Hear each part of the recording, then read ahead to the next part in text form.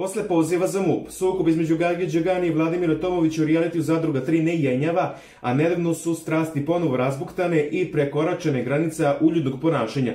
Tokom ovonedeljnih nominacija izbio sukob između njih dvojice kada je Crnogorac ponovo pretio Denseru da će se obračunati s njim po izlasku sa Manjim Šimanovcima, jer mu je, kako tvrdi, spominjao porodicu u negativnom kontekstu. Zato je otac aktuelne pobednice Zadruge pozvao MUP da reaguje, a pozvao je i ćerku Lunu Đogani da preduzme nešto, uz reči da ona zna šta treba da uradi.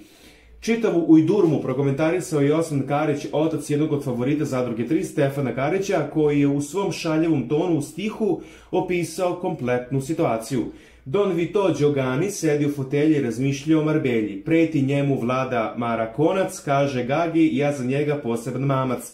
Kad izađe iz Bele kuće, hoće da mu uvali vruću. Ali Gagi nije glup, uvalit će vladi tup, napravit će mu od zlatni ćup. Pozvao je Gagi Sicilijice ljudi deo, uvalit će Tomoviću vreo. Neka kažu i debeo, zato je u fotelju seo. Pozvao Lunu fanova deo, kaže muka mu je, ništa nije jeo. Đogani ni za porodicu ima Koza Nostru, kaže Vladać je da se bese na mostu, tražit će ga stanije u tostu, u stihu je šaljevo poručio Osman na svom profilu.